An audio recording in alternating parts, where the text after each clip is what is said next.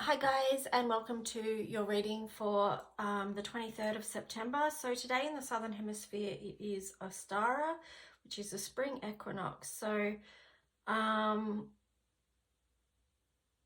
the Northern Hemisphere that falls on the 21st of March. It's when night and day are equal but moving towards summer. It's to do with balance and growth. Leave what you don't want and create the new, fertility and love and new projects. So it ties in also with the energy of Libra as well, and which is all about balance. So let's just see what the cards messages are for today, and we just ask that the messages that do come through are in our highest good, for our highest good and guidance at this time. Okay, so for the current energy, we got the Six of Swords. Let me see what's on the bottom.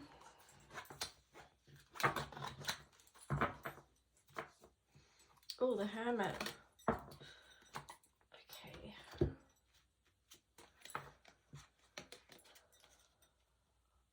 So this feels like moving on, so as the wheel turns, we move on, and it can feel like we are swimming upstream, but it's like having our thoughts, keeping our thoughts positive as we go as well.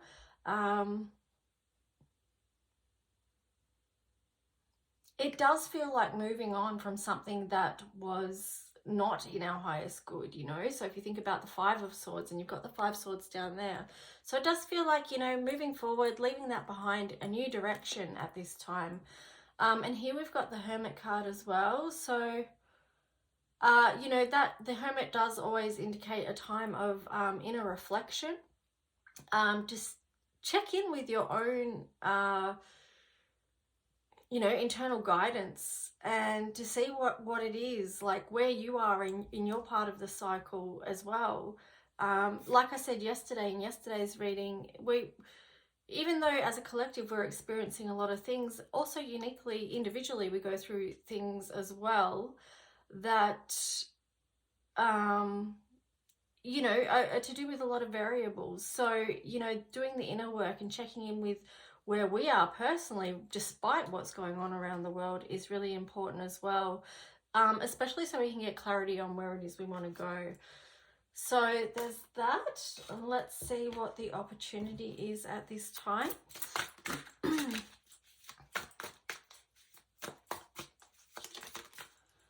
Okay, so the opportunity is the Seven of Spells and Sunlight. So I think Sunlight came out yesterday as well.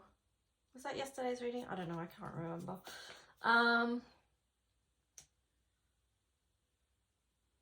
Again, this feels like it's a new dawn, like a new time. So, and again, like yesterday, it was a lot about remembering your own magic. So remembering your own ability to create with what you have to hand. And this kind of ties in with the Hermit card as well, about listening into your higher guidance as well. And a lot to do with spiritual gifts as well. So that's the opportunity, again, is to step into the new and keep creating. Let's see what the challenge is.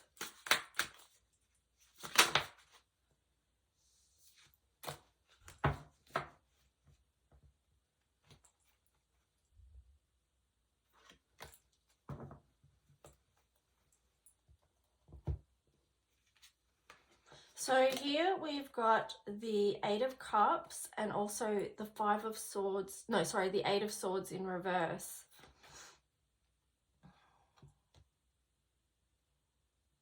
So this card did come up the other day as well. It is about, so, it is indicating that we're coming out of, it sort of links in with this Six of Swords card as well. Like coming out of that space where we had conflict and we didn't feel like we could perhaps move forward. But this again is showing the invitation there to move out of that challenge, the emotional challenge, and sort of the mind constraints that we might have felt up against. So that's going to be the challenge. That really ties in with yesterday's cards as well. So let's see.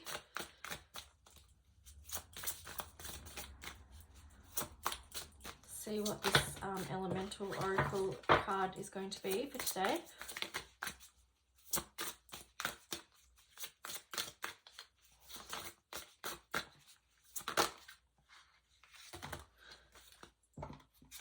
That's a lot of cards. That's too many. So let's just keep going.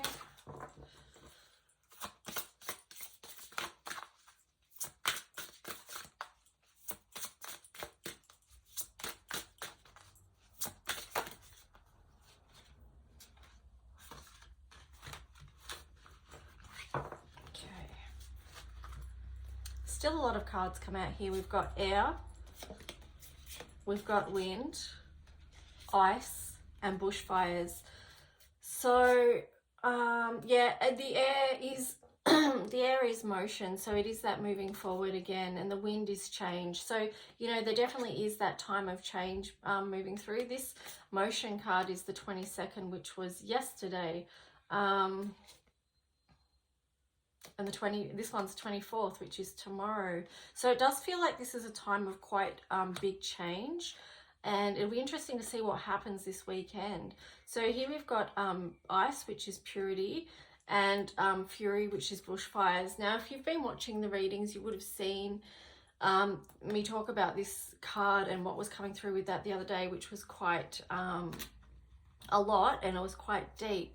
So I guess, you know, it feels like the purity is the opportunity of that place where we, it's, again, it sort of feels like a message of rebirth and growth, because even if you think back of the catastrophic bushfires from 2020, even though there was such devastation from that, it was also interesting to see how quickly green came through again. It feels like a process of purifying, because we've got the ice card here as well. So let's just see what I'm getting the word intentions as well. So at this time of change that we're going through in this process, to just make sure, you know, reevaluate what our intentions are going forward.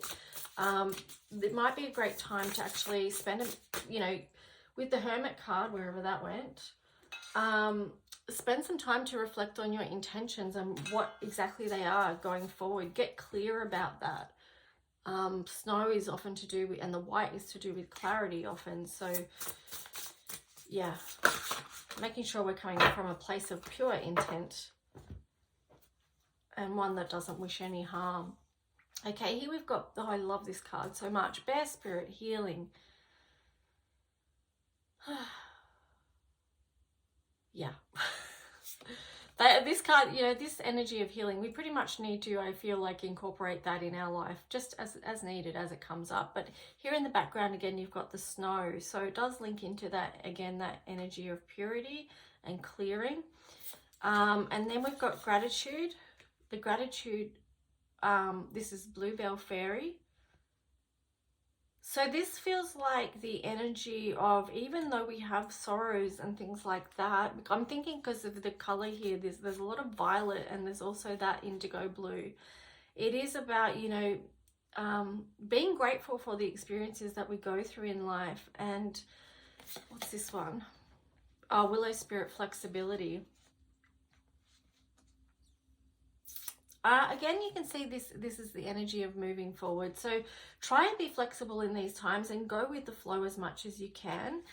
Go with your own flow as well. So healing, gratitude, and flexibility. These energies too feel quite open. Like if you see the body postures of these fairies, you know, their heart center is open, and that's the potential, and that's the gift of doing our healing work, that we can open up our heart center where it may have been closed down from past experiences. So let's see what card we're going to get from the color codes for Ascension deck.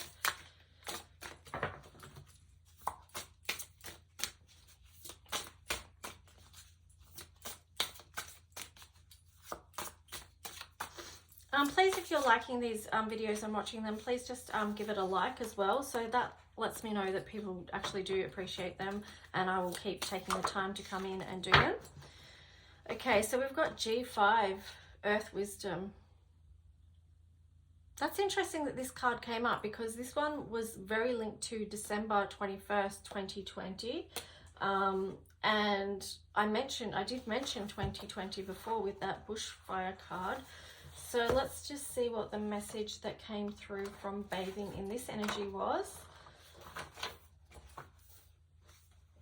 So G5 is one of the copper Gaia bottles.